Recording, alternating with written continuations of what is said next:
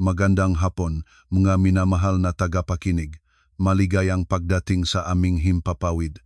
Ang kuwento ngayon ay pinamagatang, bago ang kasal, hiniling ng aking ina na ilipat sa kanya ang aking malaking kondominium na nakakahalaga ng 6 na milyong piso at inutusan akong huwag sabihin ito sa pamilya ng lalaki. Hindi ko naintindihan kung bakit, ngunit tahimik na sinunod ko siya. Sa mismong araw ng kasal, nagsalita ang biyenan ko, ang iyong malaking condominium ay magiging akin mula ngayon, magiging tirahan ko ito sa aking katandaan.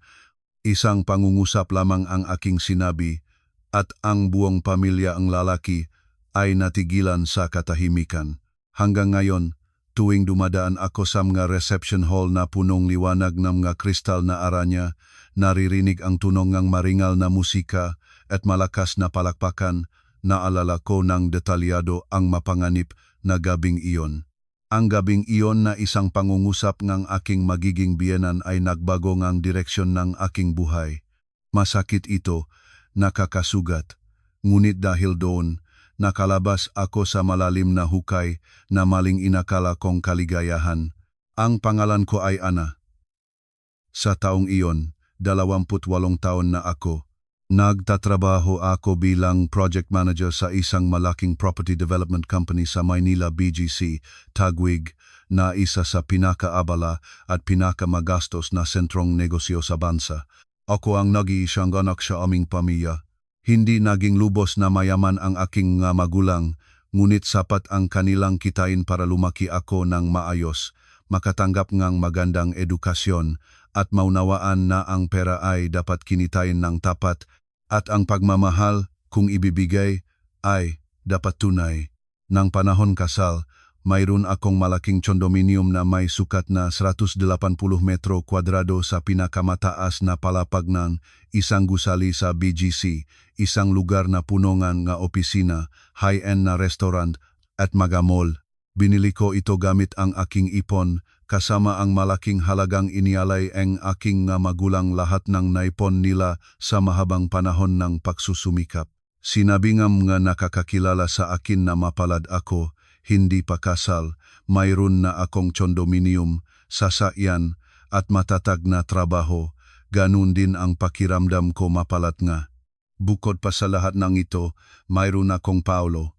3 taon kaming nagliligawan ni Paolo. Siya ay tahimik, hindi masalita, matangkad at payat, at ang kanyang ngiti ay tila maganda at mapagkakatiwalaan. Sa loob ng 3 taon ng aming relasyon, hindi siya minsan na sumigaw sa akin, hindi kailanman iniwanan ako sa kalsada pagkatapos ng away, hindi kailanman nakalimutan ang aking kaarawan. Tuwing nagtatrabaho ako ng matagal sa gabi, tahimik niyang dinadala ang pagkain sa aking opisina. Tuwing nakakasakit ako, nakaupo siya sa tabi ko, naglulutong lugaw, nagpapaalala sa akin na uminom ng gamot, at naglalagaying malamig na basang tela sa aking noo.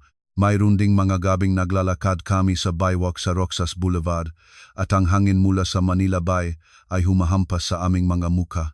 Mahigpit niyang hawak ang aking kamay at nagsasabi na pagkatapos ng kasal, hindi niya hahayaang masaktan ako ng sinuman. Paano kaya ang isang babaeng nasa hustong gulang ay hindi matutunaw sa ganitong masalita? Ngunit 3 buwan bago ang kasal, bigla na lamang akong tinawag ng mama ko sa kanilang bahay sa Quezon City.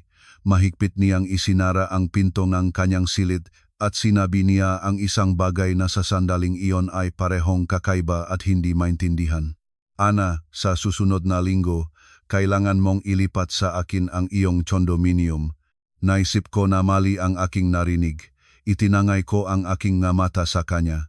Nakaupo siya sa dulong kama, mahigpit na kinukuha ang gilid ng kanyang terno at hindi siya tumingin sa aking mata. Mula pagkabata, hindi kailanman humiling ang mama kong kahit anong bagay na sa akin at lalo na hindi niya kailanman hinawakan ang aking pera, kaya ang kanyang salita ay lubos akong nagulat. Mama, bakit ililipat sa iyo? Ang condominium ko iyon. Si Paolo at ako ay planong lumipat doon pagkatapos ng kasal. Huminga ng malalim ang mama ko. Naging mas tahimik ang kanyang boses. Pakinggan mo ako ng isang beses, anak. Ilipat mo sa akin at huwag sabihin sa kanyang pamilya. Kung magtanong sila, sabihin mong inuupahan mo ito o ng isang kakilala. Lalong hindi ko naintindihan. Mama, ano ang kinakatakutan mo? Ang condominium ko ay aking personal na ari-arian. Anong kaugnayan nito sa pamilyang lalaking pakakasalan ko? Matagal akong tinitigan ng mama ko. Hindi ko malilimutan ang tingin na iyon hanggang ngayon. Hindi ito tingin ng kasakiman o pagkukunwari. Ito ang tingin ng isang babaeng nakaranas ng sapat na paghihirap para malaman ang mga bagay na hindi pa nakikita ng isang batang babae. Sinabi niya lamang, sundin mo ang sinasabi ko. Sa kalaunan, may intindihan mo. Hindi kita kailanman ikukumpromiso. Lumingon ako sa tatay ko sa pag-asa na may iba siyang sasabihin, ngunit tahimik niyang inihanda ang kape, marahang inilagay ang tasa sa mesa at dahan-dahang nagsalita. Mayroong nga bagay na mas mabuting pangalagaan at mayroong nga daanan pabalik na naunawaan mo lamang ang halaga kapag kailangan mo na ang maito. Nang araw na iyon, bumalik ako sa aking kondominium na punong kalituhan. Nagalit ako tapat na nagsalita nagalit ako. Naisip ko na ang aking mga magulang ay labis na nag-alala na nag-isip sila ng masama tungkol sa mabubuting tao. Napakabuti ni Paulo sa akin. Ang kanyang mga magulang sa harap ko, lagi silang magili, mahinahon ang pagsasalita at magalang. Ang aking magiging biyenang si Tita Gloria ay madalas na tumatawag para alamin kung kumusta ako. Minsan ay hinihiling niya sa akin na huwag magpagabi sa trabaho at sinasabi na kapag naging manugang na ako, hindi siya magtatakdang mahigpit na mga patakaran basta mayos kaming dalawang asawa. Paano maring makinhat sa kanitong makataw? Gayunpaman, sa huli, dahil sa tiwala ko sa aking mga magulang at dahil sa kaibuturan ng aking puso, ay lagi akong isang masunuring anak. Sinimulan ko ang proseso ng paglipat ng kondominium sa pangalan ng aking mama. Lahat ay lumipas ng mas mabilis kaysa inaasahan ko. Mayos ang makadokumento, nayos ang lahat na formalidad. Mula sa araw na iyon, ang kondominium na nakakahalagang higit sa 6 na milyong piso sa BGC ay hindi na nasa ilalim ng aking pangalan. Sa gabi bago ang kasal, muling pumunta ang mama ko sa aking silid. Sinusuot ko ang aking gown, tinitignan ang sarili sa salamin, at parehong nag-aalala at masaya ang nararamdaman ko. Lumapit ang mama ko, marahang inaayos ang aking belo, at hinawakan ang aking kamay. Malamig ang kanyang kamay. Bukas, anuman ang mangyari, huwag kang matakot. Tandaan, ang iyong tahanan ay ligtas na. Natawa ako. Mama, parang pupunta akong sa labanan ang sinasabi mo. Ngunit hindi ngumiti ang mama ko. Mahigpit lang niya hinawakan ang aking kamay at namula ang kanyang mata. Minsan, mas masahol pa ito kaysa sa labanan. Hindi ko siya pinaniwalaan nun. Hanggang sa magsimula ang seremonyang kasal. Nang araw na iyon, ang malaking reception hall ng isang hotel sa Pasay na may tanawin ng Manila Bay ay nagliliwanag sa mga ilaw, puno ng mapanauhin. Nakatayo ako sa aking puting bridal gown na may buket sa mga kamay, katabi si Paulo, sa ilalim ng maliwanag na liwanag ng mga spotlight. Nagbibigay ng pangkaraniwan ng mga pagbati ang MC, nagpalakpak ang mga kaibigan, ngumingiti at nag-usap ang mga pamilya mula sa magkabilang panig. Sa labas, parang kasal sa pangarap ito. Ano pa ang maaring hangarin ng isang babaeng 28 nakatayo sa tabi ng lalaking inaakala niyang tadhana niya? Dumating ang oras para sa mga talumpatingam mga magulang. Lumabas, si Tita Gloria sa entablado sa isang eleganteng red evening gown na may mataas na ayos NG buhok at makintab na muka. Sa una, napakaganda ang kanyang pagsasalita, nagpapasalamat sa mga panauhin, sa mga kamag-anak, nagpapasalamat sa aking mga magulang sa pagpapalaki, sa napaka-intelihente at malambot na anak na bukas ay sasali sa kanilang pamilya. Nakikinig ang lahat at nagtatango ng may pagpapatibay. Ako, nakatayo sa ibaba, ay halos naluha. At sa kanya inlapit ang mikropono sa kanyang bibig, at ngumiti siya na parang nagsasalitang isang bagay na ganap na karaniwan. Sa pagkakataong ito, nais kong sabihin agad para hindi na kayo mag-alala, mga bata. Ang iyong malaking condominium sa BGC, Ana, nasabi nila ay nakakahalaga ng higit sa 6 na milyon. Ilipat mo na ito sa akin ngayon. Kami ni tatay ay tumatanda na. Magandang bahay namin para sa aming katandaan at kayo ay maring mapayapa. Pagkarinig ko nito, humuni ang aking mga tainga, napatahimik ang buong sala, abruptly na naputol ang musika, pati ang mahinang pagpapalampas ng mga salamin ay huminto. Mahigit 200 tao na kakaingay lamang at natawa ay bigla na parang nawalang ang kanilang mga boses. Nanatili akong nakatitig sa entablado, nag-isip na nagilusyon ako. Ngunit hindi. Si Tita Gloria ay ngumingiti pa rin at nakatingin sa akin ng may pag-asa, parang hiniling lamang niya sa akin na magdalang ang isa pang platong pagkain sa mesa at hindi ang tahanan na pinahandaan kong buong buhay. Lumingon ako kay Paulo. Ngunit ang tunay na nakpukaw sa akin ng makapigil hiningang lamig ay hindi ang salita ng kanyang ina kundi ang kanyang sariling mukha sa sandaling iyon. Hindi siya nagulat. Inilagay lamang niya ang kamay sa aking likod at tahimik na nagsabi, "Ana, huwag kang mag-alala." 2 salita lamang, ngunit dahil sa mga iyon, bumaksak ang aking puso sa kailaliman. Ibig sabihin, alam niya. Ibig sabihin, hindi paranoiko ang aking mama. Ibig sabihin, 3 buwan na ang nakaraan, nang pilitin niya akong ilipat ang kondominium, nakita na niya ang bitag na hindi ko nakita sa aking pagkabulag. Si Tita Gloria sa entablado ay ngumingiti pa rin, naging mas matamis ang kanyang boses. "Ana, ikaw ang pinakamatandang manugang, ang pag-alaga sa mga magulang ng asawa ay tama, ang bahay ay magiging inyo rin sa hinaharap. Hahawakan ko lamang ang mga dokumento para sa kaligtasan." Narinig ang bulong sa sala. Narinig ko ang isa sa aking mga kaibigan mula sa universidad na malakas na bumulong ng malalim. Nakita ko ang aking tiya na makapangyarihang inilagay ang tasa sa mesa. Nakita ko ang aking tatay na nakaupo ng walang galaw, ngunit namaga ang mga ugat sa braso sa upuan. At ang aking mama ay tumingin lamang sa akin, hindi umiyak, hindi nagsalita, hindi nagpanik.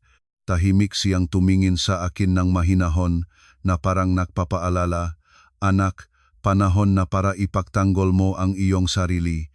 Mahigpit na hinawakan ko ang buket ng napakatigil kaya nalupi ang matalulot ng mga rosas. Bigla ko na lang naalala ang lahat. Paano si Tito Ramon, ang biyenan ko, ay paminsan-minsang nagtanong kung saan naroon ang condominium, kung kanino ang matitulong ang titulo. Paano nagpapahiwatig si Tita Gloria na kapag may magandang dowry ang babay, mas magiging magaan para sa bagong mag-asawa. Paano sinabi ni Paulo na pagkatapos ng kasal, kailangan nilang pagsamahin ang lahat ng assets para walang sa akin at sa iyo.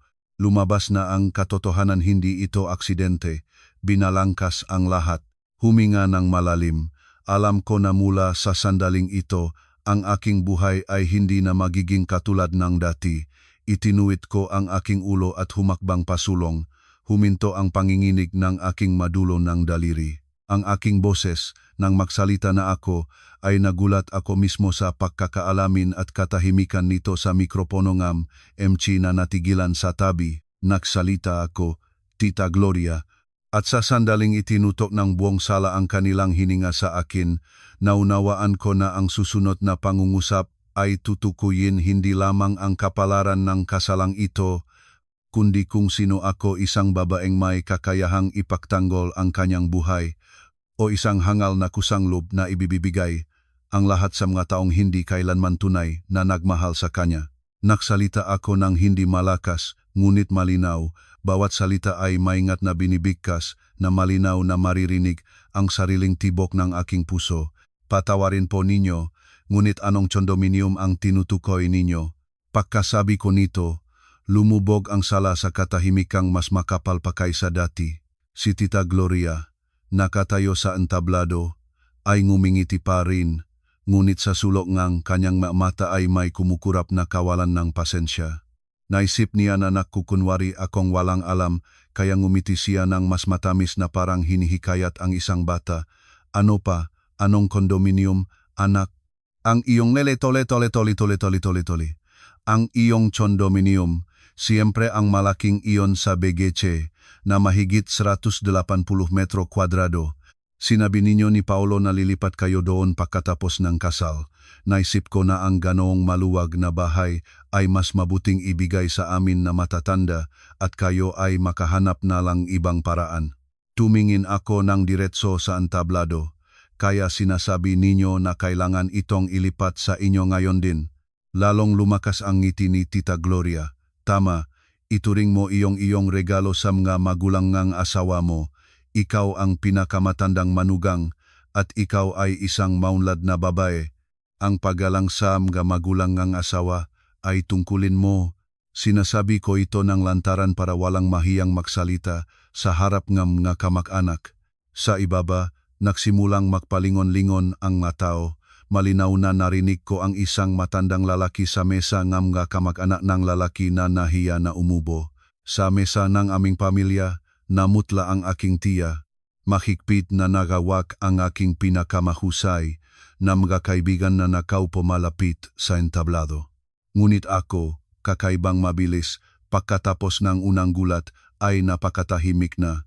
Ito ang katahimikan ng isang taong nakita na ang tunay na mukha ng taong nang nanais niyang tawaging pamilya. Muling lumingon ako kay Paolo. Alam mo ba ito mula sa simula? Bahagyang nanginig si Paolo, ngunit hindi sa pagkagulat kundi dahil hindi niya inaasahan na magtatanong ako ng ganito ng direkta sa harap ng lahat. Sumandal siya at sinubukang panatilihing ngumiti para mapigilan ang pansin ng iba sa nangyayari, bumulong. Ana, pag-usapan natin ito pagkatapos sa ibaba. Isang espesyal na okasyon ito ngayon. Matagal ko siyang tinignan. Espesyal na okasyon natin? Kung espesyal na okasyon natin ito, bakit nakatayo ang kanyang ina na may mikropono sa harap ng 200 panauhin na hinihiling ang bahay ng nobya? Kung espesyal na okasyon natin ito, bakit hindi niya pinahinto ang kanyang ina pagkatapos ng kanyang unang salita? Kung espesyal na okasyon natin ito, bakit ang tanging napilit sa dingding ay ako? Bigla akong natawa ng may luha. Nagsimulang mawalan ng pasensya si Tita Gloria sa entablado. Bumaba siya ng ilang baitang at nagsalita ng mas malakas na parang nangangamba na hindi marinig ng mapanauhin. Ana, huwag mo akong papahiyang sa harap ng lahat. Nandito ang buong angkan natin, mga magulang mula sa makabilang panig. Sinasabi ko ito para sa inyo. Ang iyong condominium ay magiging iyo rin sa hinaharap. Anong pakakaiba kung ibibigay ko lang ang mga dokumento sa akin? Sa sandaling ito, dahan-dahang tumayo ang aking magiging biyenan si Tito Ramon. Nakasuot siyang mahigpit na itim na barong. Ang hitsura niya ay napakabisa. Sinumang hindi nakaalam ng katotohanan ay maaring mag-isip na siya ay isang magino at kagalang-galang na tao. Kumuha siyang basong tubig, umubo, at nagsalita na parang nagpapaliwanag ng isang kilalang katotohanan. Ana, huwag mong maling intindihin ang sinabi nga mama. Wala sa aming pamilya ang nagaangkin ng anumang pag-ari mo, ngunit isa na tayong pamilya. Kailangan nating igalang ang manakatatanda. Pinalaki namin si Paolo. At ngayon, sa aming pagtanda, nais lang naming mabuhay ng maayos. Ikaw bilang manugang, kung kaya mong tulungan ang pamilya, iyon ay mas mabuti. Narinig ko ito at nanlamig ang manghadulo, aking manghadaliri. Walang sinuman ang umaangkin ng anumang pag-ari ngunit nakatayo sila sa gitna ng isang handaan ng kasal at bukas na humihingi ng bahay na nakakahalaga ng 6 na milyon. Ngumiti ako. Ang ngiti ay napakamapurol kaya nagulat pa ako sa sarili ko. Tama po kayo, Tito Ramon. Sa isang pamilya, kailangang igalang ang nakatatanda, ngunit nais ko pong magtanong ng isang bagay. Kung ang inyong anak na babae ay nakatayo sa aking lugar ngayon at ang pamilya ang lalaki ay humiling sa kanya ang bahay sa gitna ang kasal, iisipin ninyo bang normal iyon? Natigilan si Tito Ramon. Agad na pumasok si Tita Gloria. Ang kanyang boses ay naging matalas. Ano ang pinapayagan mo sa iyong sarili? Ito ay isang usapin ng pamilya at sinimulan mo na itong sukatin at ikumpara. Itinuwid ko ang aking ulo at tumingin ng diretso sa kanya. Usapin ngang anong pamilya, Tita Gloria? ni isang araw pa ay hindi ako nanirahan sa inyong bahay bilang manugang. At kahit nanirahan man ako, ang aking kondominium ay magiging sa akin pa rin. Walang sinuman ang may karapatang sa gitna ng aking kasal na hilingin akong magsulat ng pangalan ng iba sa aking tahanan. Lumalakas ang mabulong sa sala, naging ingay na, may kumuhang ng telepono. Alam ko na may kukuha nito sa video. Alam ko na sa loop ng ilang oras, ang kwentong ito ay kumakalat sa lahat ng aming kasamahan. Ngunit sa sandaling iyon, hindi na ako natakot. Ang pinakamahirap na bagay ay nangyari na. Ang natitira ay ang pagsasalita ng katotohanan. Bigla na lamang hinawakan ni Paulo ang aking pulso. Ang kanyang madaliri ay humigpit ng mas malakas kaysa dati. Ana, tumahimik ka. Tumingin ako sa kanyang kamay at saka sa kanya. Masakit ba sa iyo? Natigilan si Paulo. Nagpatuloy ako, dahan-dahang binibikas ang bawat salita na parang isinasara ang huling pinto sa aking kaluluwa. Alam mo kung ano ang mas masakit sa akin. Hindi ang hiniling ng iyong ina ang aking condominium, kundi nang sinabi niya iyon, kahit gulat ka man. Ibinaba ko ang aking boses para lahat ay marinig. Alam mo nang maaga. At gayon pa man, sa lahat ng mga buwang iyon, hawak mo ang aking kamay. Pumili tayo ng wedding gown, nag-order sa restaurant, nagpadala ng imbitasyon. Ngumiti ka sa akin, sinabi mong mahal mo ako, nangako kang hindi ako magdurusa kasama mo, lumabas na ngayon na ang hinaharap na pinahandaan mo para sa akin ay dapat magsimula sa pagkuha ng aking tahanan. Namutla si Paulo. Lumingon siya sa paligid, nakita ang mamata ng makamag-anak at kaibigan, ang nakataas na telepono, ang abitiv na magulang. Sa wakas, ngumuso siya at bumulong, hindi ko gusto na ganito ang mangyari, nais lamang ng nanay na mabuhay ng mas maayos. Nang marinig ko ito, may natira sa loop ko na tuluyang nabali, hindi tama ang nanay, hindi patawarin mo ako, kundi nais lamang ng nanay na mabuhay ng mas maayos. Ibig sabihin, sumasang-ayon ka. Hindi ko sinabi iyon, ngunit hindi ka rin tumutol, napatigil si Paulo. Lumingon ako at marahang kinuha ang mikropono mula sa MC na naniga sa tabi ko. Tumingin siya sa akin ng may habag at pagkabababa, ngunit ibinigay niya ito. Natigilan ang sala. Inilapat ko ang mikropono sa aking mga labi at narinig ko ang aking boses na kumakalat sa buong lugar. Ana, sigaw ni Tita Gloria. Hindi ko siya tiningnan. Nagpatuloy ako. Ang condominium na iyon ay hindi ko maililipat sa inyo. Pagkasabi ko nito, bumaksak ang isang malalim na hininga sa sala. Halos tumakbo si Tita Gloria patungo sa akin mula sa entablado. Bakit hindi mo maaari? Huwag magsalitang palaisipan sa harap mong tao. Lumingon ako sa kanya. Sa pagkakataong ito, tumingin ako ng mahinahon dahil 3 buwan na ang nakaraan, inilipat ko na ang condominium sa pangalan ng aking mama. Lahat ay natigilan, literal na naging bato ang lahat. Kung bago nito nagtataka ang mga panauhin, sa sandaling ito ay naging bato ang buong sala. Ang mukha ni Tita Gloria mula sa pula ay naging patay na puti. Natigilan si Tito Ramon sa kinaroroonan niya. Binitawan ni Paulo ang kanyang makamay na nakatingin sa akin na parang estranghero. Narinig ko pa ang may naparak na kutsara sa pilatong galapit na mesa. Si Tita Gloria ang unang nakabawi sa sarili.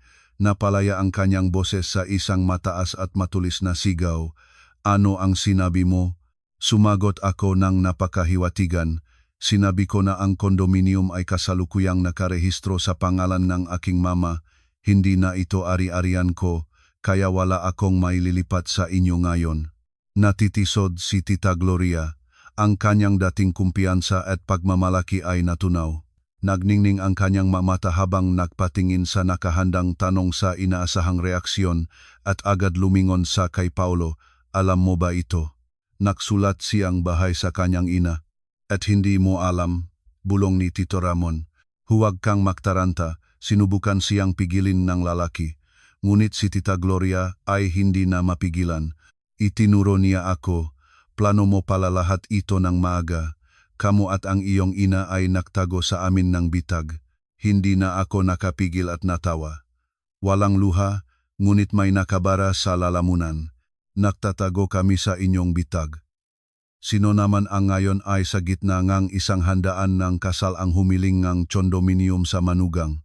Sino ang nagpilit sa akin na patunayan ang aking pagiging marangal sa pamamagitan ng pagbibigay ng ari-arian sa biyenan? Sinasabi ninyo na niloko namin kayo, ngunit kung ngayon ay nasa ilalim pa rin ng aking pangalan ang condominium na iyon, kayo ay magiging napakasaya. Sinagad nito ang hininga ni Tita Gloria sa galit. Sa sandaling ito, tumayo ang aking mama. Hindi ko alam kung paano ilalarawan ang sandaling ito. Ang aking mama ay maliit ang katawan at payat, nakasuot ang simpleng ngunit eleganteng lavender na terno karaniwan ang hitsura sa gitna ang grandiose na salon. Ngunit nang lumabas siya, ang lakas na nagmumula, sa kanya ay pinatahimik ang lahat. Dahan-dahang lumabas ang mama ko sa daanan at itinuwid ang kanyang ulo, tumingin kay Tita Gloria. Ang boses ng mama ko ay hindi malakas, ngunit ang bawat salita ay tumunok ng matibay, tulad ngang martilyo sa pako. Tama po kayo. Ako ang nagsabi kay Ana na ilipat ang condominium sa akin. Ginawa ko iyon dahil ina ako niya. Pinanganak ko siya, pinalaki, nakita ko siyang umibig at nagpahanda para sa kasal. Kailangan kong panatilihin ang 100 pabalik para sa aking anak. At nalaman kong hindi ako nakakamali sa pag-aalala. Nanginig si Tita Gloria. Kayo inaalipusta ninyo ang aming pamilya. Ngumising nga aking mama. Hindi. Inaalipusta ang inyong pamilya ang sarili nito. Walang sinumang nakpilit sa inyo na kumuha ang mikropono at humiling ngang bahay ngang manugang sa araw ng kanyang kasal. Nais na magsalita ni Tito Ramon, ngunit nauna ang aking tatay. Hindi siya sumisigaw. Hindi siya nagpukpok sa mesa.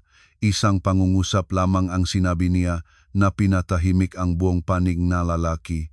Ang aming anak ay ibinibigay namin, hindi ibinibenta.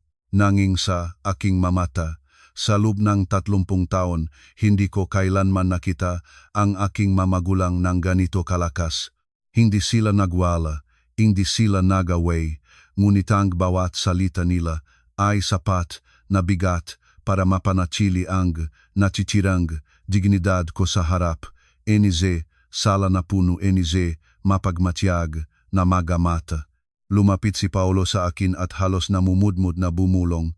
Ana, pumunta tayo sa ibang silid, mag-usap ng 3 lang, maari pa nating ayusin ang lahat. Lumingon ako sa kanya. Kahapon pa lamang, hawak niya ang aking kamay at sinasabi na gagawa siyang pinakamagandang kasal para sa akin. At ngayon nakatayo siya dito, walang magawa, mahina, hindi niya nagawang protektahan ako mula sa kanyang ina at hindi nangahas na tumayo sa panig ng katotohanan. Nagtanong ako ng napakatahimik, ano ang maayos mo, Paulo? Ang iyong pagmamahal o ang condominium na hindi mo na makuha? Parang tinamaan siya sa mukha. Umatras siya ng kalahating hakbang. Alam ko na masakit ito sa kanya, ngunit ang sakit na ito ay dumating ng huli na. Inilapag ko ang buket sa pinakamalapit na mesa. Ilang naluping matalulot ang natira sa aking kamay. Tiningnan ko ang maito at biglang naunawaan ko na katulad nila ng aking puso maganda, malambot, ngunit kapag pinigaan ng labis, maduduro na lang. Inalis ko ang aking belo sa ulo. Hinawak buong sala ang kanilang mahininga habang tinitingnan ako.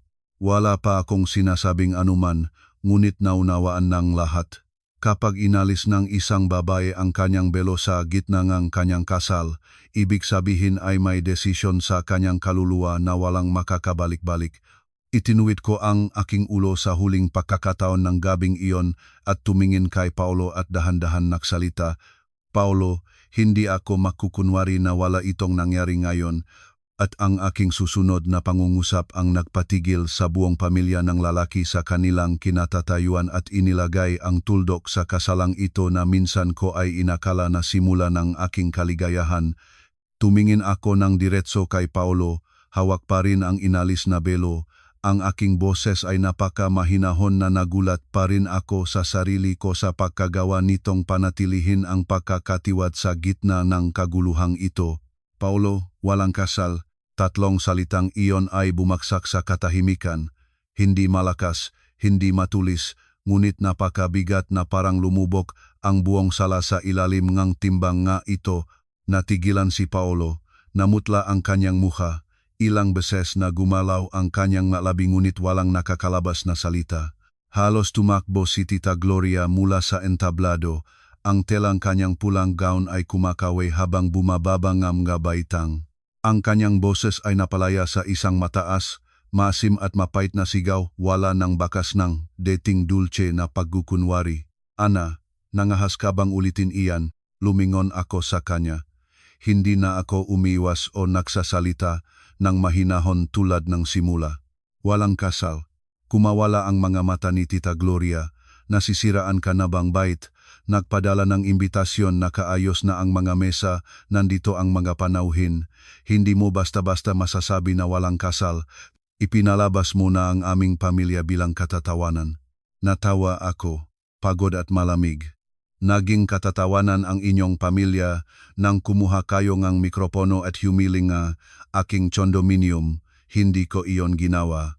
Sinagat nitong muli ang hininga ni Tita Gloria. Lumapit si Tito Ramon at sinubukang magsalita ng mahinahon na parang ang mahinahon na boses ay maaring may balik ang lahat sa dati. Ana, huwag mag-init ng ulo. Pag-isipan natin lahat ito nang magkasama sa isang hiwalay na silid.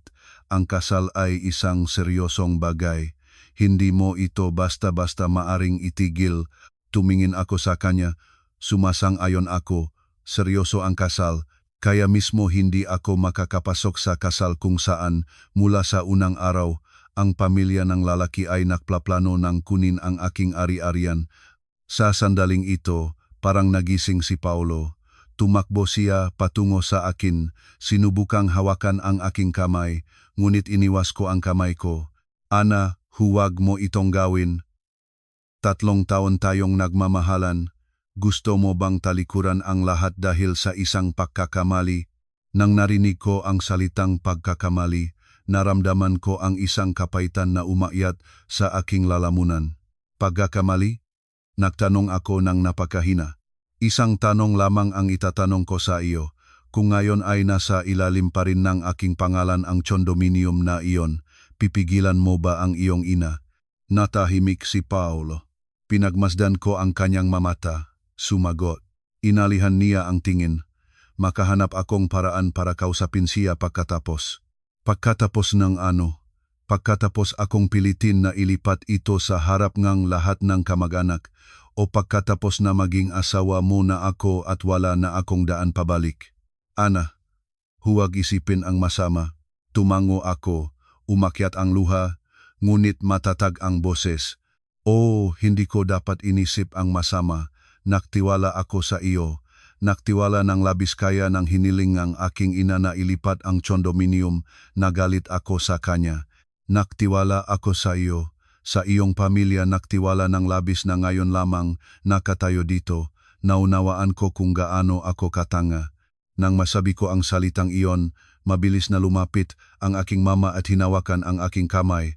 Ana, huwag mong sabihin iyon. Lumingon ako sa kanya, nangati ang aking mamata.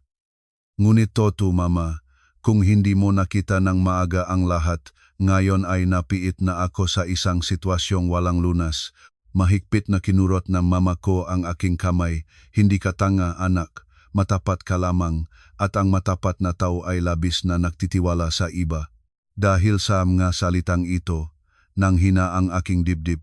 Ngunit bago pa man ako makasalita, mula sa isa sa mga mesa ang panig ng lalaki ay narinig ang isang matalas na boses ng isang babae. Anong walang galang na babae ito? Mayos na ang lahat ng kasal at ginulo niya ito. Lumingon ako. Ito ay si Tita Meli, ang kapatid ni Paulo.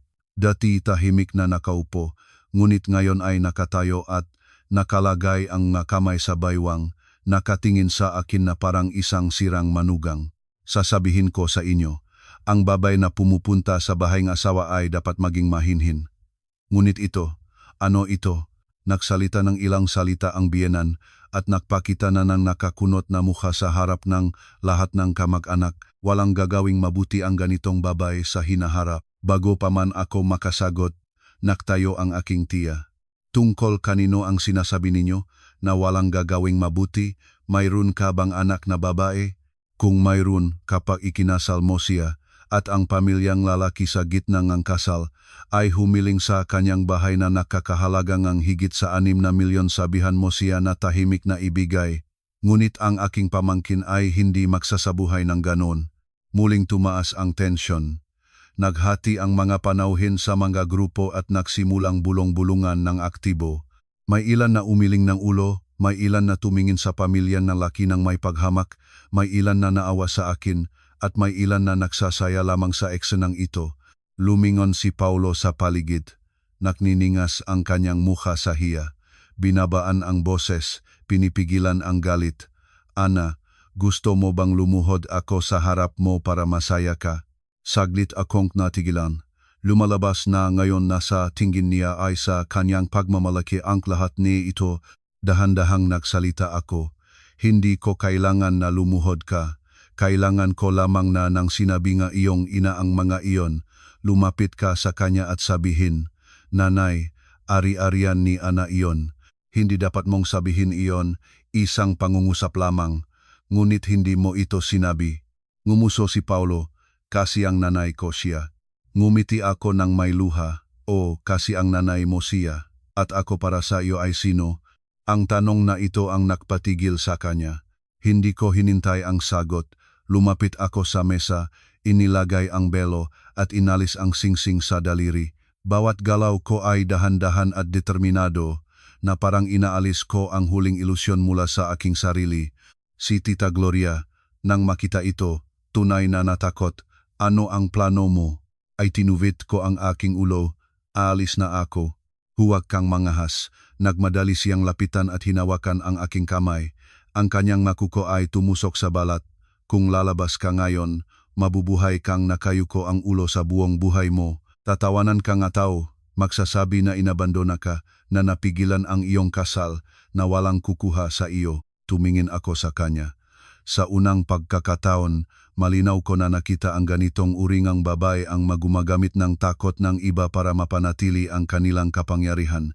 Hindi siya natatakot na magdurusa ako. Natatakot siyang mangahas akong umalis. Dahan-datroong inalis ang aking kamay. Nakakamali kayo. Ang taong kahiya-hiya ngayon hindi iyon ako. Sa galit, nagbuntong isip si Tita Gloria at nagbantay, ngunit ang kanyang kamay ay hindi nakarating sa akin. Humakbang pasulong ang aking tatay at pinigilan ito. Ang mukhang aking tatay sa sandaling iyon ay kakaibang malamig. Kung hahawakan ninyo ang aking anak, ngayon ay hindi, magtatapos sa pagkansalangang isang kasal. Natigilan si Tita Gloria. Nagmadaling humila ni Tito Ramon sa kanyang asawa, ngunit sa kanyang tingin sa aming pamilya ay makikita na ang lantarang pagkamuhi, nahulog na ang respetableng maskara. Naiwan lamang ang inis ng isang taong hindi nakuha ang gusto. Nagsalita siya ng mabigat. Paano ninyo pinalaki ang inyong anak para payagan niya ang sarili na mangahas ng ganito sa kanyang sariling kasal? Agad na sumagot ang aking tatay, hindi nagpatas ng boses ngunit bawat salita ay tumama sa sahig. At paano ninyo pinalaki ang inyong anak para pahintulutan niyang ang kanyang ina ay humiling ng ari-arian ng kanyang asawa sa gitna ng handaan ng kasal?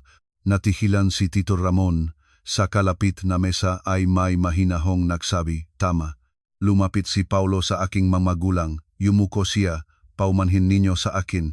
Nang hina ang aking puso, ang mapahingingen tawad na ito ay dapat ay mas maaga pa dapat narinig bago niya pinayagan ang kanyang ina na alipustahin ako, bago siya tahimik na nanonood sa aking pagdurusa, bago ang lahat ay gumuho. Tumingin sa kanya ang aking mama ng may lungkot at kalamigan. Nagugustuhan kita noon, Paulo. Nagugustuhan dahil parang mabuti ka, parang mahal mo si Ana. Ngunit ang tunay na umamahal na lalaki ay hindi hahayaang mapahiya ang kanyang magiging asawa sa harap ng maraming tao. Itinuwid ni Paulo ang kanyang ulo, pula ang kanyang mata. Alam ko, kasalanan ko. Umiling ang aking mama, hindi ka lamang nakasala, duwag ka.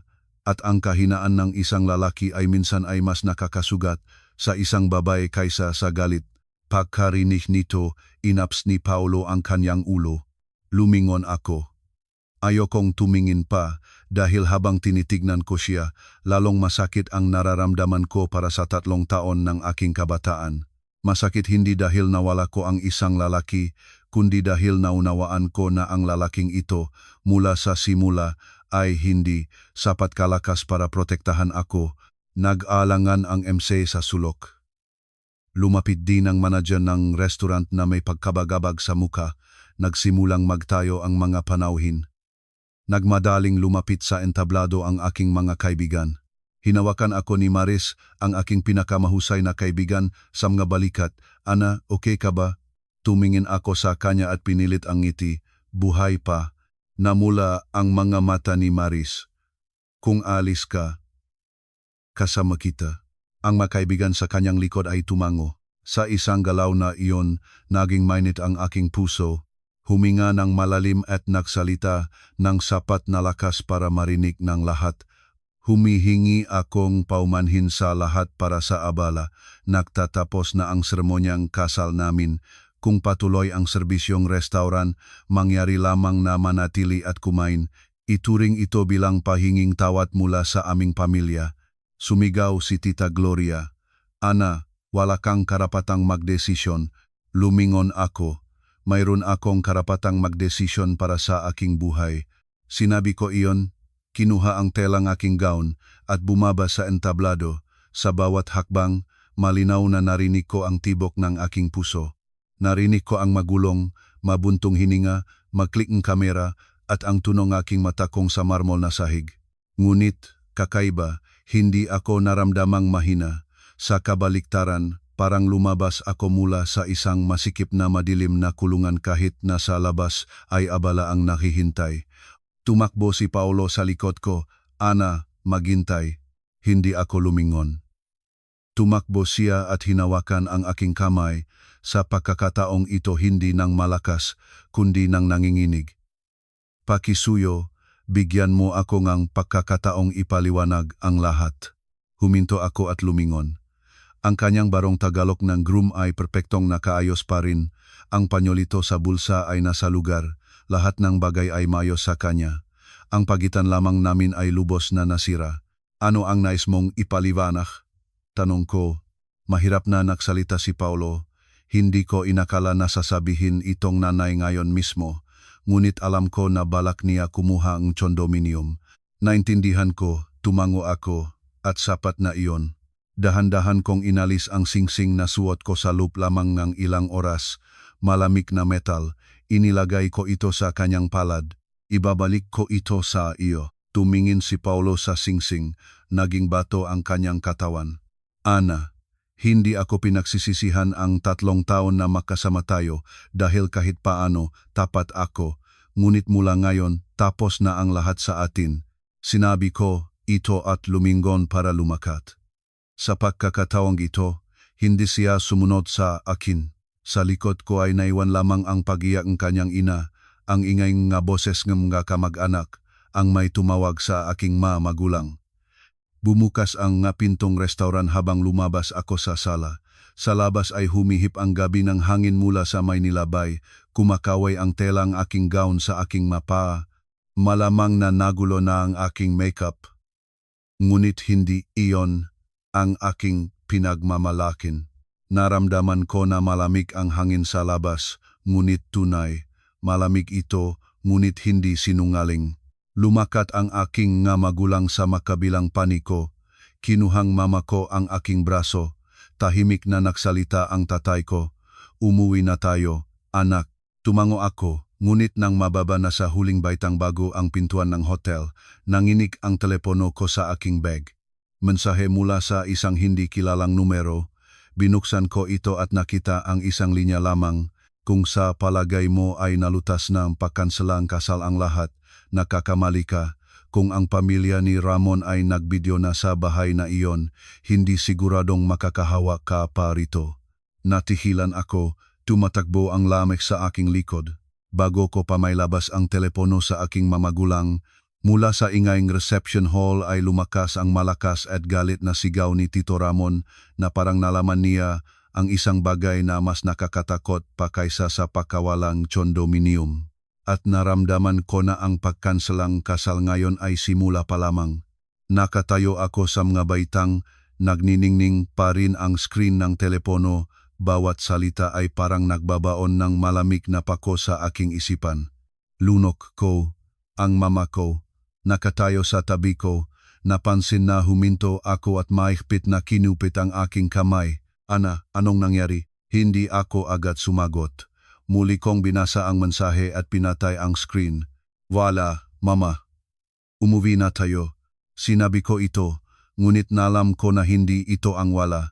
Sa likod ko, muling narinig ang malakas na sigaw ni Tito Ramon. Paolo, tumigil ka. Sinabi ko sa iyo matulis at siksik ang kanyang boses. Wala nang bakas ng dating pagpipigil. Pagkatapos ay narinig ang natitisod na boses ni Tita Gloria. Anong sinasabi mo? Paano ito nangyari? Dumarating ang ingay sa akin alon-alon, tumatama sa aking likod. Hindi ako lumingon. Naramdaman ko lamang ang pagsikip ng loob. Isang kakaibang pakiramdam. Hindi takot kundi handa sa isang pagtatasa. Bumaba sa huling baitang, lalong lumalakas ang hangin ng Manila Bay, nakakawayan ang tela ang aking gown. Sumakay na tayo. Anak, sabing tatay ko, binuksan ang pintuan. Tumango ako, at nang ihanda ko na ang aking sarili para sumakay. Narinig ko ang mabilis na tunog ng hakbang sa likod ko. Ana, maghintay. Si Paolo, saglit akong natigil. Pagkatapos ay lumingon, tumakbo si Paolo, mabigat na humihinga. Nakalawit ang kanyang barong sa isang panik, pawis sa noo. Wala na siyang eleganteng hitsura ng isang groom basta isang lalaki na sinusubukang hawakan ang isang bagay na lumipas na sa kanyang makamay. Ana, huwag umalis. Kailangan kong sabihin sa iyo ang isang bagay. Tumingin ako sa kanya. Nagbago ang kanyang tingin. Hindi na ito hiya at nasugatan na pagmamalaki. Ito ay takot. Tunay na takot. Nagtanong ako ng mahinahon, anong gusto mong sabihin? Ibinaba ni Paolo ang boses. Ang kondominium. Inilipat mo ba talaga ito sa iyong ina? Tumango ako, oh. Huminga siya ng mabigat, ngunit hindi ang pahingang ito ay nakdulot ng kaginhawaan. Sa kabaliktaran, naging mas mabigat ito. Kumpleto na ba ang mga dokumento? Nakibot ako. Bakit mo tinatanong? Lumingon si Paolo sa paligid at inilayo ako ng kaunti, parang natatakot na marinig kami. Ana, hindi ito basta-basta. Tulad iniakala mo. Hindi ko inisip na ganito. Hindi ko hinila ang aking kamay. Nais kong marinig, nais kong malaman kung gaano pa karami ang masikreto na nakatago sa likod ng pamilyang ito. Magsalita ka. Lumulon si Paolo. Ang tatay ko, nagbayad na siyang down payment para rito. Natigilan ako. Anong down payment? Tumingin sa aking mga mata si Paolo. Down payment para sa pagbebenta ng iyong condominium. Natawa ako. Tuyo at walang saya. Binibiro mo ba ako? Hindi ako nagbibiro. Naging mas mababa pa ang boses ni Paolo. 2 buwan na ang nakaraan, nakipagkita ang tatay ko sa isang tao. Sinabi niya na ang kondominium ay magiging sa atin sa kalaunan at nagbayad ng paunang bayad para i-lock ang presyo. Naramdaman ko na parang sinampal ako sa mukha. 2 buwan na ang nakaraan bago pa man ako mag-transfer ng titulo sa mama ko, ibig sabihin kanila na itong itinuturing na ari-arian nila. Nagtanong ako ng malamig, at alam mo ba ito? Inaps ni Paolo ang kanyang ulo. Narinig ko si tatay na nag-uusap tungkol rito. Narinig o alam, hindi sumagot si Paolo. Tumango ako. Naintindihan ko. At ano ngayon? Hinawakan ni Paolo ang aking kamay. Ngayon ang kabilang panig ay humihiling ng pera. Sinasabi nila na kung hindi matutuloy ang deal gaya ng napagkasunduan, mawawala ang down payment at kakasuhan pa nila. Tumingin ako sa kanya, dahan-dahang binalangkas ang bawat salita. Anong kaunayan ng kasunduan ng iyong tatay sa akin? Nataranta si Paolo, ngunit sinabi ng tatay ko na siguradong magiging atin ang kondominium. Pinutol ko siya, ang condominium ko. Hangin, natigilan ang hangin. Tumingin si Paulo sa akin ng magulo. Ana, unawain mo ako, kung ito ay lilitaw, malaking problema ang hinaharap ng aking pamilya. Maaring mawalan ng malaking halaga ang tatay. Ngumisi ako, problema, at alam mo ba kung sino ang tunay na may problema ngayon? Natahimik si Paulo. Nagpatuloy ako, ikaw at ang iyong pamilya ang kusanglop na nagbayad ng down payment, kusanglop na nagplan ng lahat, at kusanglop na inisip ang aking ari-arian bilang kanila. Ngayon na hindi natuloy ang lahat, hinihingi mo sa akin na maunawaan kita.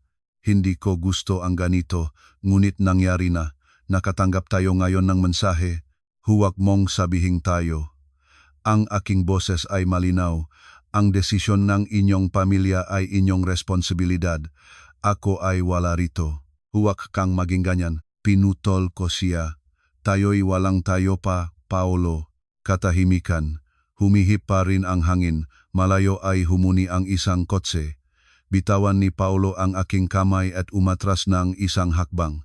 Alam ko na nasaktan siya, ngunit ang sakit na ito ay dumating ng huli na. Huling tiningnan ko siya, bumalik ka na. Problema ngang inyong pamilya, ang problema ngang inyong pamilya, wala na itong kinalaman sa akin. Ana, hindi ako lumingon. Ano pa ang gusto mong sabihin? Naging paos ang kanyang boses. Kung ngayon ko sasabihin sa aking mga magulang na imposibleng makuha ang condominium, maari ka bang mag-isip muli tungkol sa atin? Sandali kong isinara ang mga mata, isang segundo lamang, pagkatapos ay binuksan at lumingon sa kanya. Paulo, hindi mo pa naunawaan. Dahan-dahang nagsalita ako, ang problema ay hindi ang condominium. Ang problema ay sa iyong puso, mula simula hanggang wakas, hindi kailanman ako naging una. Walang isinagot si Paulo. Sumakay ako sa kotse, pumasok ang pinto, at ang matunong ngang kali ay agad na tumahimik. Naiwan lamang ang tibok ngang aking puso sa makipot na espasyo. Marahang inilagay nga mako ang kanyang kamay sa ibabaw na aking kamay. Ana, okay ka ba? Tumango ako. Okay, ngunit naging paos ang boses. Pinaganan ng tatay ko ang makina. Dahan-dahan kaming umalis. Sa labas ng bintana, nakita ko ang figura ni Paulo na lalong lumiliit. Nakatayo siya, hindi tumakbo, hindi tumawak, nakatayo lamang siya tulad ng isang taong nawalan ng isang bagay at hindi alam kung paano ito ibabalik.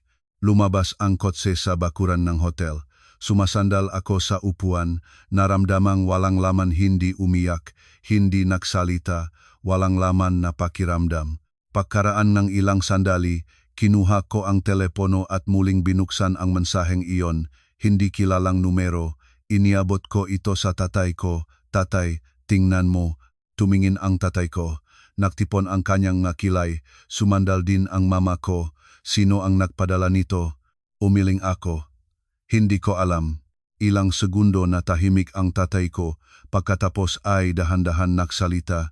Hindi ito basta-basta. Tatay, sa palagay mo ba galing ito sa kanila? Hindi agad sumagot ang tatay ko. Nagbigay lamang siya ng dahan-dahang sagot. Possible.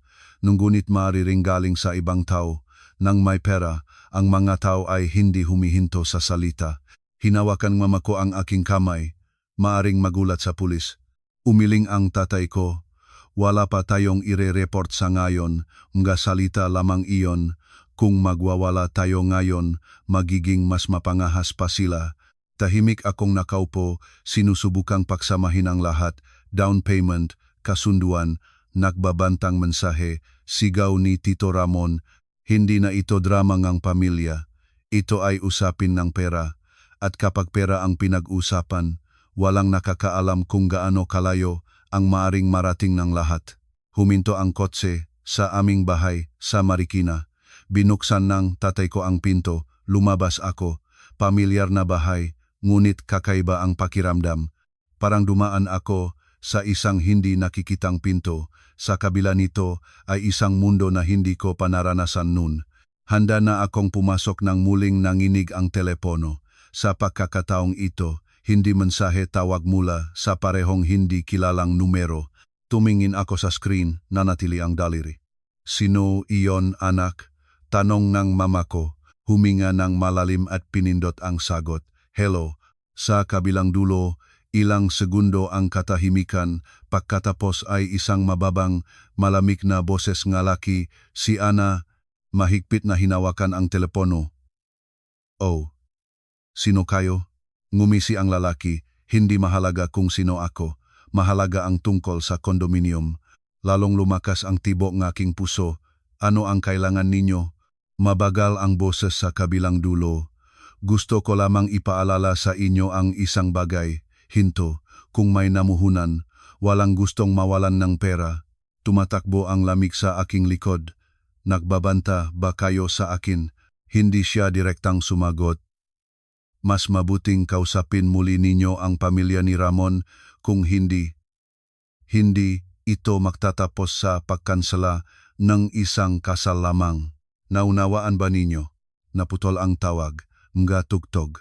Natayo akong hindi gumagalaw sa harap ng aming pintuan. Bahagyang nanginig ang kamay na may hawak na telepono. Niyanig akong mama ko, Ana, anong nangyari? Itinuwid ko ang aking ulo. Tumingin sa tatay ko, sa mama ko, at tahimik na nagsalita. Tatay, parang hindi na ito maaring mapigilan. Lalong lumalakas ang hangin ng gabi. Malamig ito. Mas malamig kaysa sa Manila Bay, at sa unang pagkakataon mula nang lumabas ako sa aking kasal, naramdaman ko ang napakamaliit na takot. Hindi takot ng pakawala ng pagmamahal kundi takot sa kung ano ang naghihintay sa akin. Nakatayo akong hindi gumagalaw sa harap ng pintuan ng bahay. Nagniningning pa rin ang screen ng telepono sa aking kamay. Ang bawat salita ng lalaking iyon ay parang tumatara ng malamig na pako sa aking isipan. Lumulon ako. Lumapit ang mama ko. Marahang tinapik ang aking balikat. Ana, magsalita ka. Hindi ko agad sinagot ang kanyang tanong. Muli ko itong binasa at pinatay ang screen. Wala, mama. Pumasok na tayo. Sinabi ko ito, ngunit nalam ko na lubha itong hindi ang wala. Likod ko. Muling narinig ang ingay ni Tito Ramon. Ang matunok ay lumabas sa bukas pang pintuan ng salon at tumatama sa aking likod pababa ngang mahagdan. Pumasok kami sa loob. Inalis ng tatay ko ang kanyang barong. Nagsimulang magluto ng gatas ang mama ko nang walang sinabihan. Mga sermonyang inuulit ng hindi nag-isip sa panahon ng krisis. Nang makapuesto kami, ipinakita ko sa tatay ko ang mensahe. Basahin niya ito. Naktipon ang kanyang makilay. Parang hindi ito basta-basta, anak. Tatay, sa palagay mo, bagaling ito sa kanila? Sandali siyang nag-isip. Posible. Ngunit maaring sa taong tumanggap ng bayad o sa tagapamagitan o sa taong nakatayo sa likod ng lahat ng ito. Namutla ang mama ko. Ibig sabihin, hindi natapos ang tatay ko ang sinasabi, ngunit naunawaan ko, maaring may mas malalim na sangkot dito. Huminga ng malalim, sinusubukang mapayapa ang aking sarili. Kaya ano ang gagawin natin? Tumingin sa akin ang tatay ko. Una, kailangan mong magpahinga, masyadong pagod ka ngayon. Umiling ako, hindi ako makakatulog. Tumango ang tatay ko, sige. Kung ganon, sasabihin ko ng diretso, tuwid na umupo ako.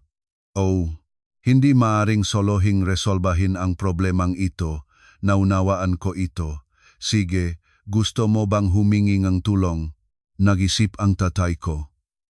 Ang isang dating kaibigan kong abogado ay dating nagtatrabaho sa larangan NG Real Estate. Tumango ako. Oh, inagapay ng mama ko, tawagan mo siya ngayon din. Kinuha ng tatay ko ang telepono, ngunit bago pa man siya makapagdadial, nanginig ang aking telepono. Sa pagkataong ito, hindi mensahe tawag.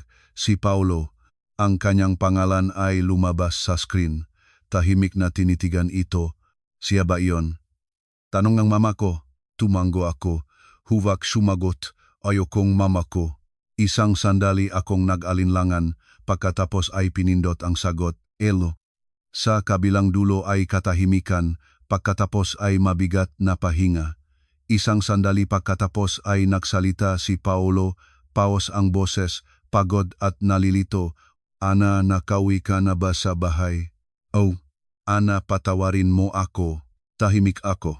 Nagpatuloy siya. Alam ko, mali ako ngayon, ngunit hindi basta-basta ang lahat, tulad ng inaakala mo. Ngumisi ako, nasabi mo na ang pariralang iyon kanina. Tahimik si Paulo. Ano ang gusto mo? Tanong ko. Ibinaba ang boses. May tumawag sa tatay ko. Hinihingi nila ang pera. Natihilan ang aking puso. Magkano? Sumagot si Paulo ng napakahina. 300,000 piso. Natitisod ang mama ko sa tabi ko. Diyos ko. Sandali kong isinara ang mga mata. 300,000 piso, hindi ito halaga na basta-basta mawawala at makakalimutan. Sapat ito para maguho ang isang pamilya. At ano? Tanong ko. Mabigat na huminga si Paulo. Wala sa tatay ang ganyang pera ngayon. Nag-isip siya. Natahimik siya. Naunawaan ko. Nag-isip tungkol sa ano? Tahimik si Paulo. Nag-isip na makipag-usap muli sa akin. Sinabi ko para sa kanya. Hindi sumagot si Paulo, ngunit ang katahimikan niya ay ang pinakamaliwanag na sagot. Naramdaman ko na lahat na loob ko ay naging malamig. Walang galit, walang sakit, malamig lamang. Paulo. Oh, napakaliwanag ng aking boses. Sabihin mo sa iyong tatay. Mula ngayon, ang condominium na ito ay wala ng kaugnayan sa iyo, sa iyong pamilya, o sa anumang kasunduan ng inyong pamilya. Ana, huwag maging ganyan. Hindi ako ganyan. Nagtatapos na ako sa usapin. Ngunit kung hindi namin malulutas ito, magwawala sila. Hayaan nilang magwala. Natahimik si Paulo. Pagkatapos ay nagsalita ng napakahina. Hindi mo naiintindihan. Pinutol ko siya. Ikaw ang hindi naiintindihan. Katahimikan. Nagpatuloy ako. Sa tingin mo ba ay ayusin ko ang bungangang mapagkakamali ng iyong pamilya? Hindi ko gustong gawin mo iyon, ngunit pinipilitan mo ako. Nagsalita si Paulo ng napakahina. Wala na akong ibang paraan. Nakaawa ang marinig ito, ngunit hindi na sapat ang pagkaawa na ito para ibabalik ako. Mayroon, tanggapin ang responsibilidad. Ang inyong pamilya ang nagsimula nito, ang inyong pamilya ang dapat sagutin. Ngumisi si Paulo ng mapait. Madaling sabihin. Tumango ako. O, madaling sabihin ngunit mahirap gawin dahil mula sa simula, sanay kang umasa sa iba. Ana, lahat na akong nasabi, huwag na akong tawagan pa. At pinatay ko ang linya, naging madilim ang screen, katahimikan sa silid. Tumingin sa akin ang mama ko, okay ka ba? Tumango ako, okay, ngunit naging paos ang boses. Inilapag ng tatay ko ang kamay sa aking balikat, ginawa mo ang tama. Hindi ako nagsalita, ngunit sa loob ko naunawaan ko na mula sa sandaling ito walang makakabalik-balik. Hindi mula kay Paulo kundi mula sa naghihintay sa amin. Kinuha ng tatay ko ang telepono, tatawagan ko si Demetrio. Siya ang abogado? Tanong ko. Tumango ang tatay ko. O, sapat ang karanasan niya para harapin ang ganitong mausapin. Tumango ako. Ngunit sa kaibuturan ay nanatili pa rin ang pangamba. Alam ko na ang batas ay maaring solusyonan ang ilang bahaging problema. Ang natitira ay ang mga tao. Ang kanilang kasakiman. Ang mga bagay na hindi nasusulat sa papel. Sa gabing iyon, hindi ako natulog. Nakahiga ako sa aking kama at nakatingin sa kisame. Nakabitin pa rin sa sulok ng silid ang aking bridal gown puti.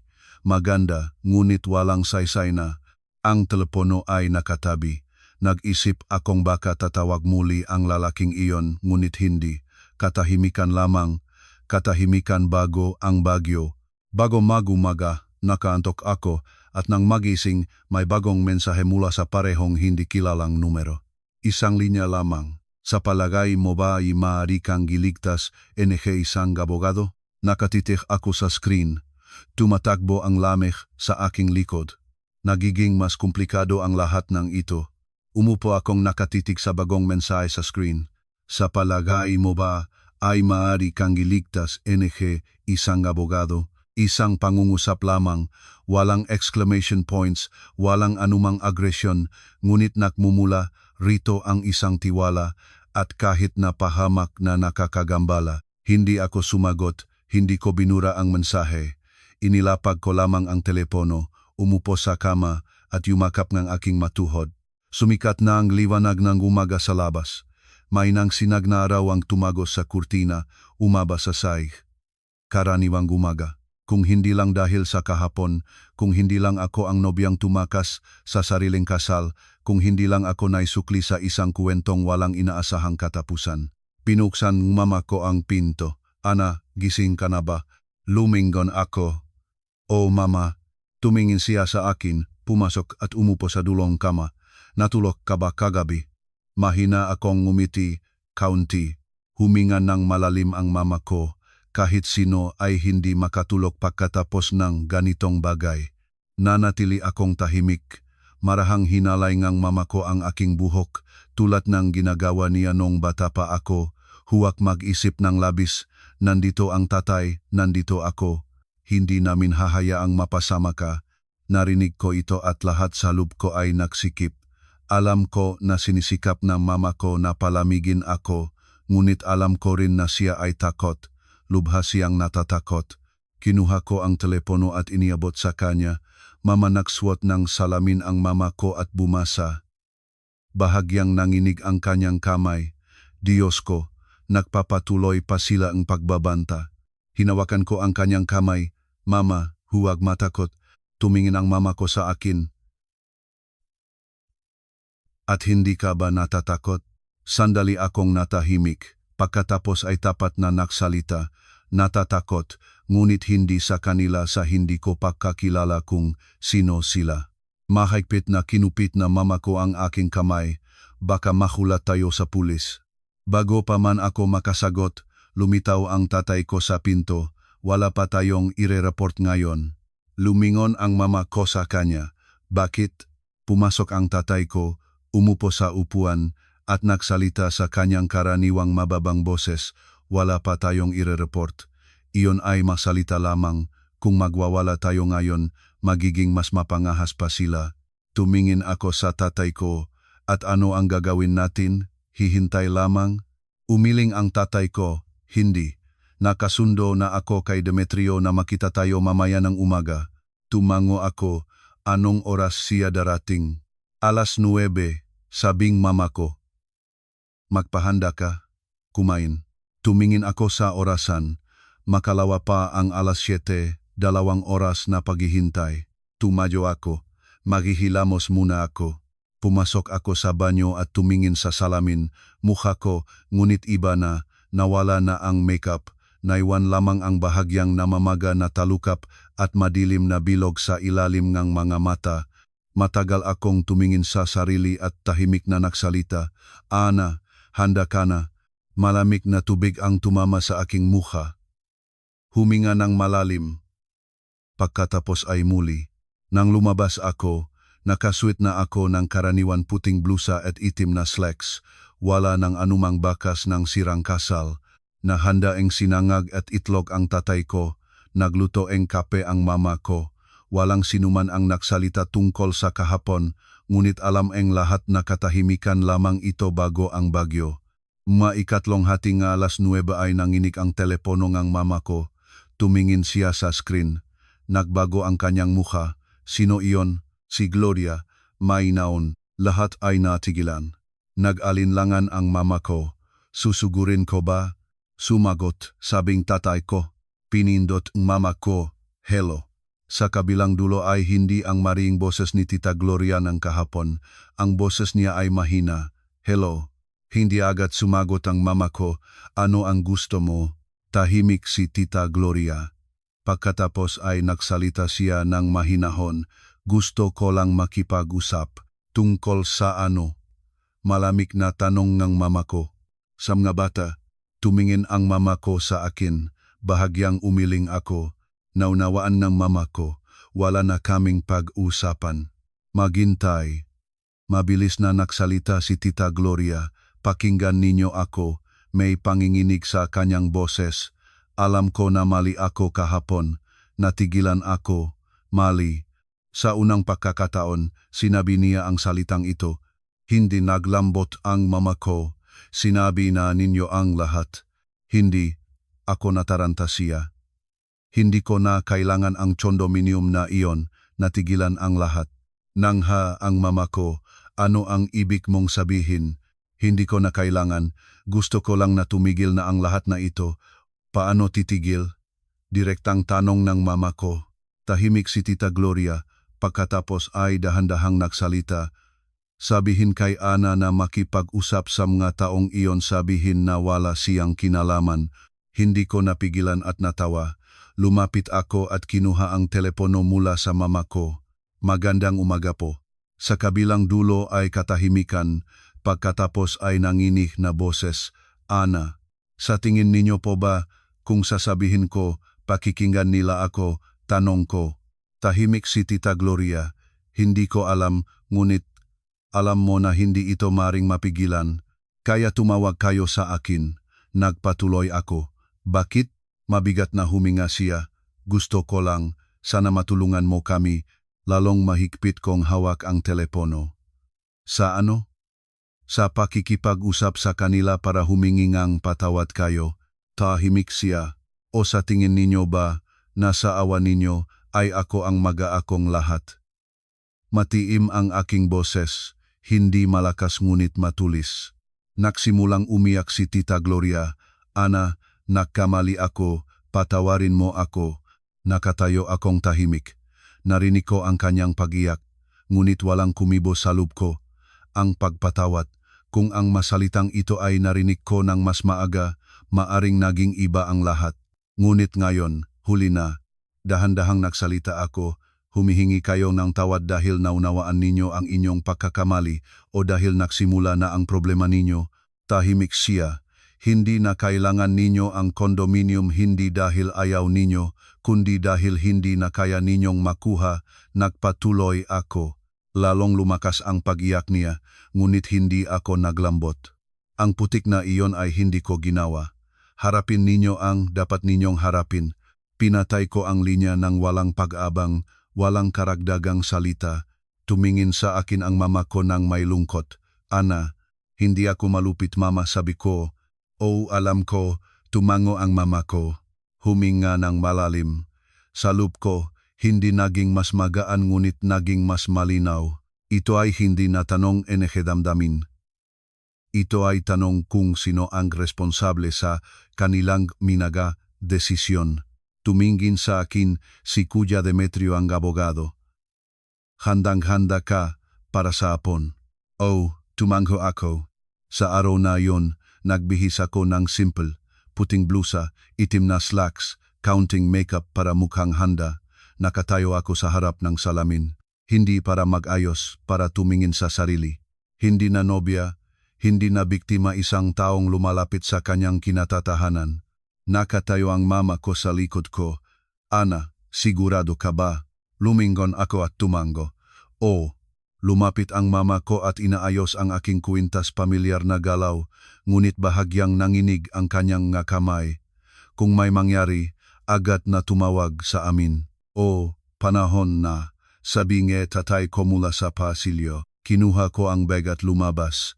Hindi na ako lumingon dahil alam ko na kung lulungon ako, makikita ko ang mamata ng aking ina at mapipilitan akong mangamba. Umalis ang kotse. Tahimik sa loob. Pagkaraan ng ilang sandali, nagtanong ako, Kuya Demetrio, saan tayo naktatakbo? Sa isang kainan, sumagot siya mula sa harap. Nagulat ako. Sa isang kainan, ang ganitong tao at sa isang pampublikong lugar. Ang pampublikong lugar ang pinakaligtas, sumagot siya. Naunawaan ko ang ganitong matao ay minsan ay hindi nice ang ingay, lalo na kapag hindi ito kailangan. Tumigil ang kotse sa labas ng isang malaking kainan sa Eastwood City, Quezon City, bintanang salamin, maraming tao. Karaniwang lugar, ngunit ang karaniwang lugar na ito ay kakaiba ang pakiramdam. Lumabas ako sa kotse, huminga ng malalim, at pumasok. Sa loob ay amoy ng kape, maririnig ang mahinahong musika, walang nakakaalam kung bakit ako nandito. Dinala ako ni Kuya Demetrio sa pangalawang palapag sa isang mas tahimik na sulok. Nakaupo na roon ang isang lalakim nga 40 taon, nakasuot ng itim na polo, nakalukot ang manggas. Nakahiga siya sa silya at nakatingin sa labas ng bintana. Hindi nagmamadali, hindi tinitignan ang telepono, naghihintay lamang siya. Tumigil si Kuya Demetrio at tahimik na nagsabi, siya iyon. Lalong lumakas ang tibok ng puso ko, hindi sa takot sa pakiramdam ng pagtama. Lumapit ako. Lumingon ang lalaki. Ang kanyang tingin ay hindi matalas o masama, malalim ito na parang tinitingnan ang loob ng tao. Bahagyang ngumiti siya, pumunta ka. Mababang boses, mabagal, hindi na kailangang magpakilala. Alam ko na ito si Slave, ang taong tinawagan sa usapin. Unang umupo si Kuya Demetrio. Umupo ako sa katapat, walang nagmamadaling magsalita. Ilang segundo ang lumipas ang katahimikan. Pagkatapos ay nagsalita si Slave, ikaw si Ana. Hindi iyon tanong, pahayag iyon. Tumango ako, oh. Tiningnan niya ako mula ulo hanggang paa at ngumisi, hindi tulad ng inaakala ko. Anong inaakala ninyo? Tanong ko, mas mahina, hindi ako sumagot. Tumingin lamang ako ng diretso sa kanyang mamata, bahagyang tumango siya, ngunit tumahimik din siya. Punta na tayo sa punto, sali ni Kuya Demetrio. Lumingon si Slave sa kanya. Kuya Demetrio, matagal na tayong hindi nakikita. Oh, ikaw din. Nagsalita sila na parang matanda-tanda na mga kakilala, ngunit sa bawat pangungusap ay may nakalalamang tensyon. Sumandal si Slave sa likod ng upuan. Sige, sa punto na, tumingin siya sa akin, alam mo kung bakit ko tinawag ka. Alam ko, sumagot ako. O nga, sabihin mo, pera. Dahan-dahang sinabi ko, bahagyang umisi si Slave. Diretso, isang salita, ngunit parang siyang nasiyahan. 300,000, nagpatuloy ako, plus penalty na umabot sa iyon. Tama, tumango ako, ngunit hindi iyon ang aking pera. Hindi agad sumagot si Slave. Tumingin siya sa akin at nagsalita. Matalino ka, nanatiling tahimik. Ngunit ang talino ay hindi laging tumutulong, nagpatuloy siya. Ano ang gusto ninyo, tanong ko. Hindi siya agad sumagot. Kinuha ang tasa, kape, uminom, inilagay ito. Ano sa tingin mo? Tumingin ako sa kanya, gusto ninyong mabawi ang pera? Tama, ngunit hindi ka ang tinutukoy. Nangha ako, bakit nakaturo ka sa akin kung ganoon? Dahan-dahang sinabi niya. Dahil nagsimula ang lahat sa iyo, hindi, agad ko sinabing. Nagsimula sa desisyon ng tatay ni Paolo. Ngunit kung wala ang iyong kondominium, wala silang mapagbabayaran. Tama, ngunit hindi iyon kasalanan ko. Sa ulit na natahimik si Slave, pagkatapos ay ngumisi. Tama ka, nagulat ako. Hindi ko inakala na aminin niya ito. Ngunit agad niyang idinagdag, ngunit ang pagiging tama ay hindi nangangahulugang tapos na ang lahat. Maigpit na kinupit ang aking mga kamay. Ano ang gusto ninyo? Tanong ko. Tumingin niya sa akin ng diretso sa mata. Gusto mo akong tulungan sa paglutas ng problema? Umiling ako. Walang pag-alangan, walang pahiwatig. Hindi nagulat si Slave. Bahagya lamang siyang tumango. Ganun ang inakala ko. Bahagya lang siyang tumango. Ganun talaga, sige. Ngunit hindi iyon ang katapusan. Hungga, ganun, maglaro tayo ng mas matagal. Maikpit na kinupit ang aking makakamay, ngunit hindi ako umatras. Tumayo si Kuya Demetrio. Sapat na. Tumayo rin si Slave. O sapat na para ngayon. Tumingin siya sa akin. Kung magbabago ang isip mo, nandito lang ako. Hindi ako sumagot. Hindi kailangan. Lumingon ako at lumakad. Hindi lumingon, hindi huminto, lumakad lamang. Nang makalabas na sa kainan, sa wakas ay huminga ako. Mahabang pahinga na parang lumabas ako sa isang lugar na walang hangin. Naglakad si Kuya Demetrio sa tabi ko. Okay ka ba? Okay, tumango ako. Ngunit sa loob ko alam ko na hindi ito magtatapos sa mga salita lamang. Sinabi ni Slave na maglaro tayo ng mas matagal at ang laro niyang iyon ay hindi pangkaraniwan. Tumingin ako sa langit. Maliliwanag na ang gabi, ngunit hindi nagiinit. At alam ko na bukas ay magsisimula ng magbago ang lahat. Bumalik ako sa bahay ng gabi na. Naghihintay na ang mama ko sa pintuan. Ana, nakabalik ka na. Tumango ako. Oh, inusisa ako ng mama ko mula ulo hanggang paa. Okay ka ba? Mahina akong ngumiti. Okay. Ngunit hindi naniniwala ang mama ko. Hinila niya ako papasok. Nakaupo ang tatay ko sa mesa. Itinuwid niya ang ulo, hindi nagtatanong naghihintay. Umupo ako. Nagbuhos si Kuya Demetrio ng tubig uminom. Nakita ko siya. Anong klaseng tao siya? Agad na tanong ng mama ko. Sandali akong nag-isip, hindi tulad ng inaakala natin, hindi malakas ang boses, hindi marahas ngunit mapanganib. Tumango ang tatay ko, ang magayang iyon ang pinakadelikado. Ikinuwento ko ang bawat salita, bawat tingin, para ng pagsasalita.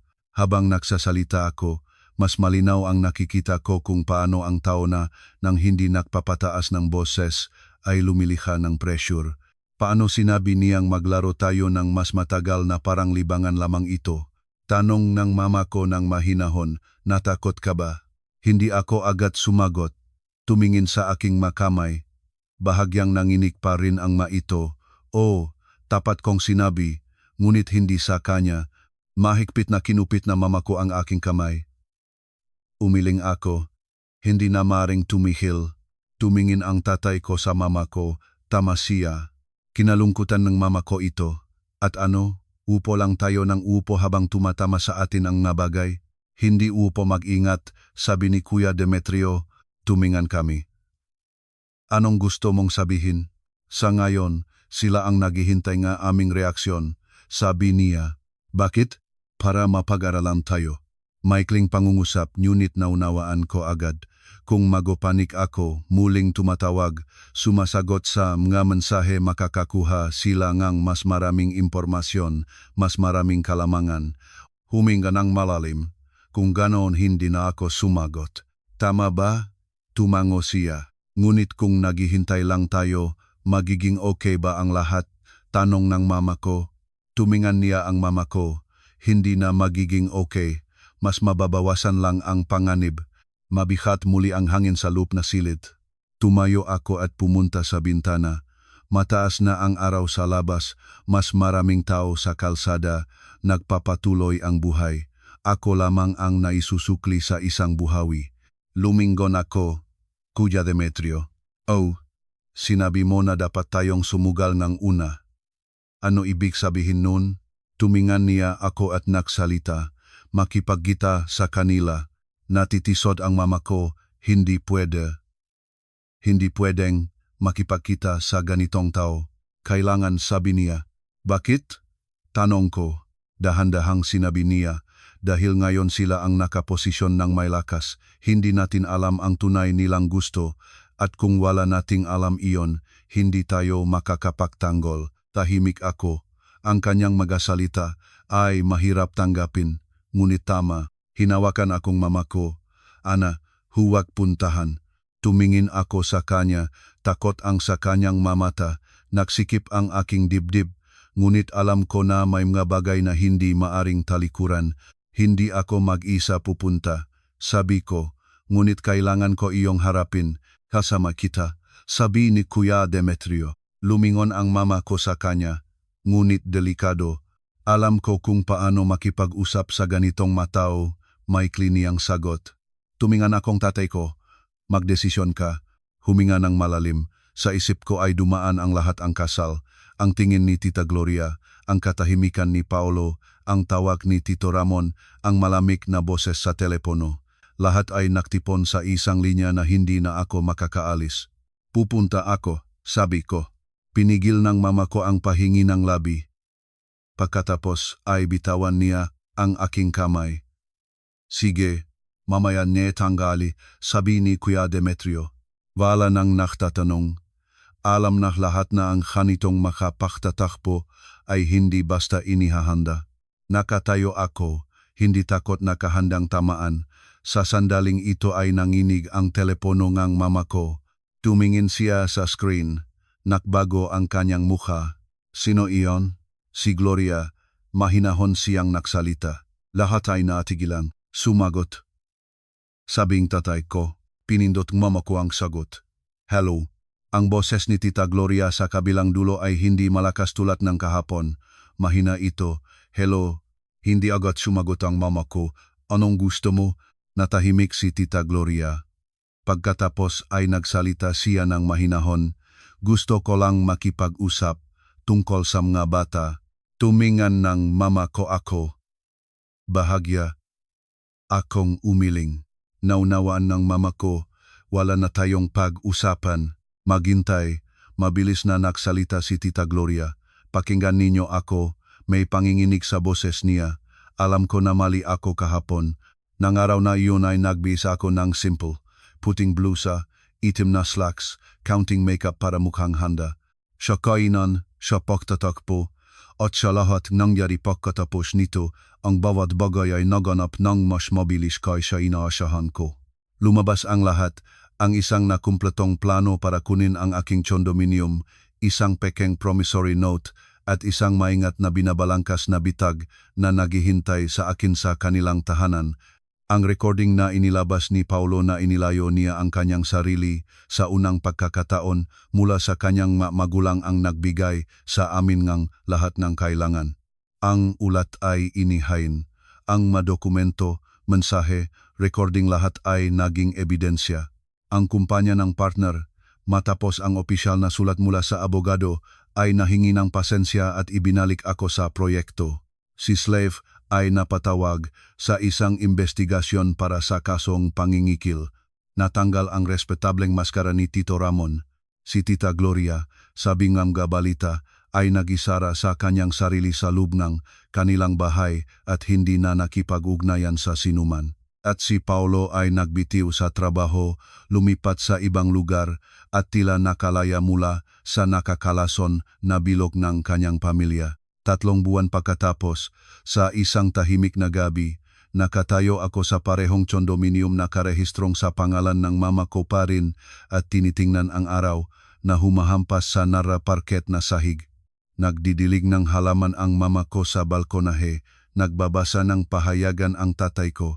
Walang sinuman ang nagsasalita pa tungkol sa nakaraan, ngunit alam ngang bawat isa na pinagdaanan namin ang aming bawat sariling bayo. Pumasok ang mama ko at ngumiti. Ana, naisip ko kapag handa ka na, ibabalik ko sa iyo ang condominium. Lumapit ako at niyakap siya mula sa likod. Huwag na mama, hayaan na nating ganon ang lahat. Ang pinakamahalagang bagay ay hindi ang pangalan sa mga dokumento, kundi dahil sa iyo, napanatili ko ang aking buhay. Natahimik ang mama ko, naramdaman ko na nanginig ang kanyang magabalikat. Itinuwit ng tatay ko ang kanyang ulo mula sa pahayagan at nagsalita, kung may kapayapaan sa bahay at linaw ng isipan, mayroon na tayong lahat ng kailangan. Ngumiti ako. Sa labas ng bintana, dahan-dahang gumaganap ang gabi.